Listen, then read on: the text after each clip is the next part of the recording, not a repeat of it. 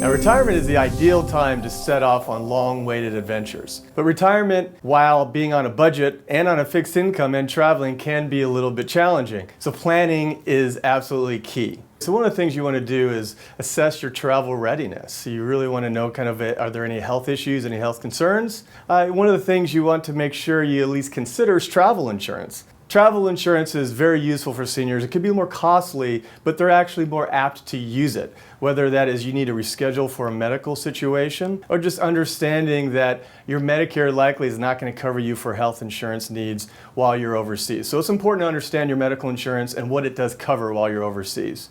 Also, if you're on any kind of medications, you want to make sure you ask your doctor, what are the generic names for those medications? A lot of times when you're overseas, the names of those drugs will be different. And you want to bring those on a carry-on. You don't want to put those in luggage somewhere that you may not be able to get access to. And also think about keeping a digital copy of these important documents, possibly somewhere in the cloud, like say passports, or maybe your itinerary, or maybe even you do have a health insurance that gives you some coverage overseas. Make sure you get your powers of attorney and everything else updated and have those documents. Some place where you can digitally store those where you got internet access, that's an important consideration before you leave. Now, one of the things that you have as a retiree is time. That gives you a tremendous advantage for flexibility and also for length of stay. So it's good to be flexible on your dates. You don't want to travel on the most expensive times to go, the peak seasons.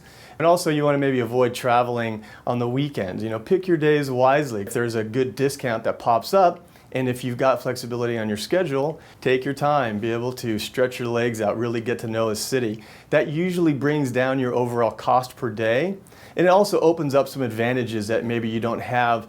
Like let's say you want to stay at a VRBO, but they require at least a 2-week stay. Maybe even swap a home is an option for you. If you go to a destination, you can swap a home with somebody else who wants to come to where you're at. These are all things that normally are hard to do while you're working, but while you're retired and you've got time, that gives you that advantage. The savvy consumer will also utilize credit cards that give really attractive rewards. Now you have to have some financial discipline, so if you can pay them off within a month or two, that's going to be a tremendous advantage. Companies like Chase with the Sapphire cards or American Express, they can offer some pretty substantial discounts if you like to travel, likely more than once per year. Maybe you don't like to fly overseas, but your goal is more RVing or camping.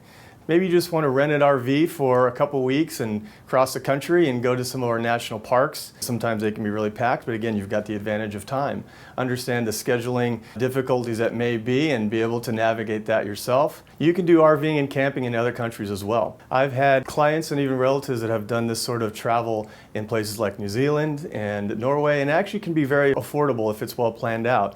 Maybe even consider lesser known and less expensive destinations like South America or Central America or some areas in Asia. Packing light is especially important for seniors. When you're getting on and off the plane, when you're going through the airport, that's going to be an easy transition for you. And remember, airports do offer wheelchairs for those who ask. So if you want some help or some assistance getting to the gates, if it's a large airport, that can come in really handy. And the TSA has actually changed some rules for those travelers that are 75 and older.